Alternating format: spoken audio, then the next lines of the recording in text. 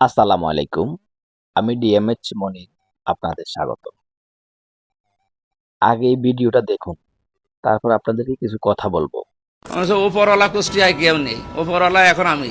মানে এত ক্ষমতা নিয়ে কে চলে কুষ্টিয়ায়, আমি দেখবো বাকিটা।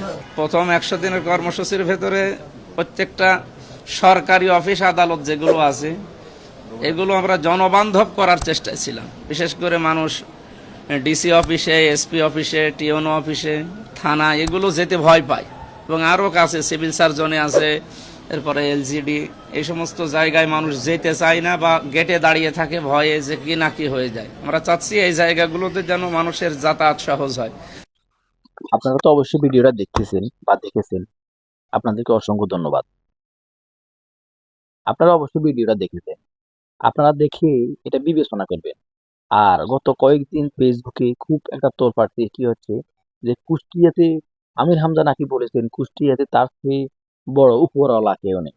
এটাকে নিয়ে কিছু আমাদের সোশ্যাল মিডিয়া, কিছু টিকটকাররা আছে, বিশেষ করে কিছু মিডিয়া আছে, ওরা এটাকে নিয়ে অনেক তোলপাড় করছেন। তবে কথাটা আসলে কোন যুক্তিকে বলা হয়েছে আপনাদেরকে আজকে বলবো। সেটা হচ্ছে আমাদের অনেক সময় অনেক অপরাধীকে যখন ধরা হয়, বিশেষ করে আমাদের আইন শৃঙ্খলা বাহিনী যখন কোনো অপরাধীকে ধরা হয়, অ্যারেস্ট করা হয়, তখন উপর থেকে কল আসে।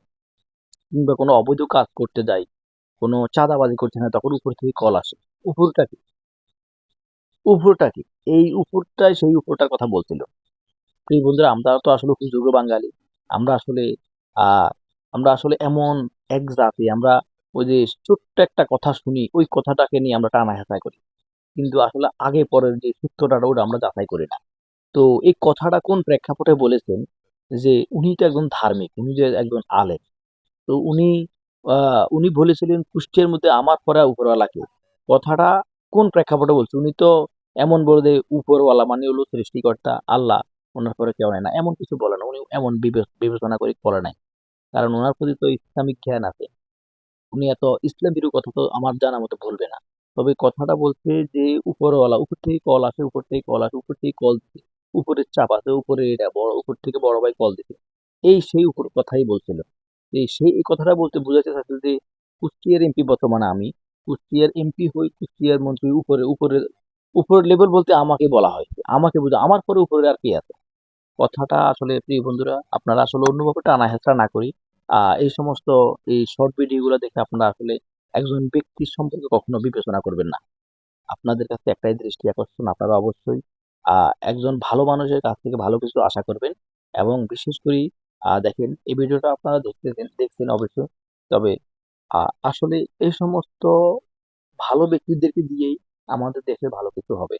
আপনারা আপনাদের জায়গা থেকে এই সমস্ত এই যখন এই যে নির্বাচিত, যখন ব্যক্তি নির্বাচিত করার সময় আসে, তখন আপনারা এরকম ভুল করবেন না।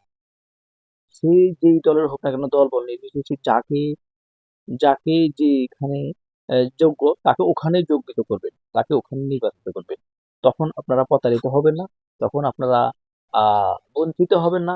আপনারা তখন আপনাদের দেশের যে প্রকৃত যেই চাহিদা, আপনাদের যে দাবি, যে অধিকার, আপনারা এটা অবশ্যই পাবেন।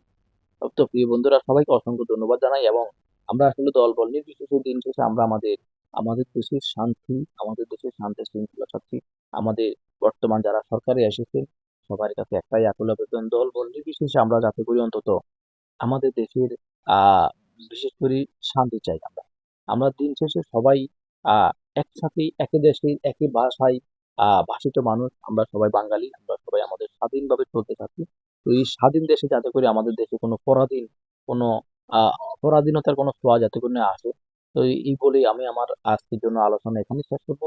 এবং পরিশেষে একটা কথাই বলবো, সেটা হচ্ছে আমাদের ভিডিওটা যদি ভালো লাগে, অবশ্যই আপনার শুভাকাঙ্ক্ষী, ভালোবাসা, আত্মীয় স্বজন, পাড়া প্রতিবেশী সবার কাছে পৌঁছিয়ে দিবেন। আমাদের ভিডিওটাতে লাইক কমেন্ট শেয়ার দিবেন। এবং শেয়ার দিয়ে সবার কাছে পৌঁছিয়ে দিবেন যে আসলে আমরা আমাদের এই আমির হামজা বর্তমান এমপি, তার প্রতি আমাদের যে একটা ভুল ধারণা ছিল, এই ভুল ধারণাটা সবাই ভেঙে দিবেন। কারণ উনি বলেছিলেন যে আমি তো একজন এমপি মানেই হলো ওই অঞ্চলের একজন প্রধান। তো আমার পর আমি তো এই অঞ্চলের এমপি, আমি তো কুষ্টিয়ার এমপি, আমার পরে বড় ভাই কে? আমার উপরে বড়, আমার উপরওয়ালা কে? আমার উপর আমার উপর আবার কে আছে? আমি তো সবচেয়ে বড় উপরওয়ালা। তো যাও, সবাইকে অসংখ্য ধন্যবাদ, সবাই ভালো থাকবেন। আসসালাম।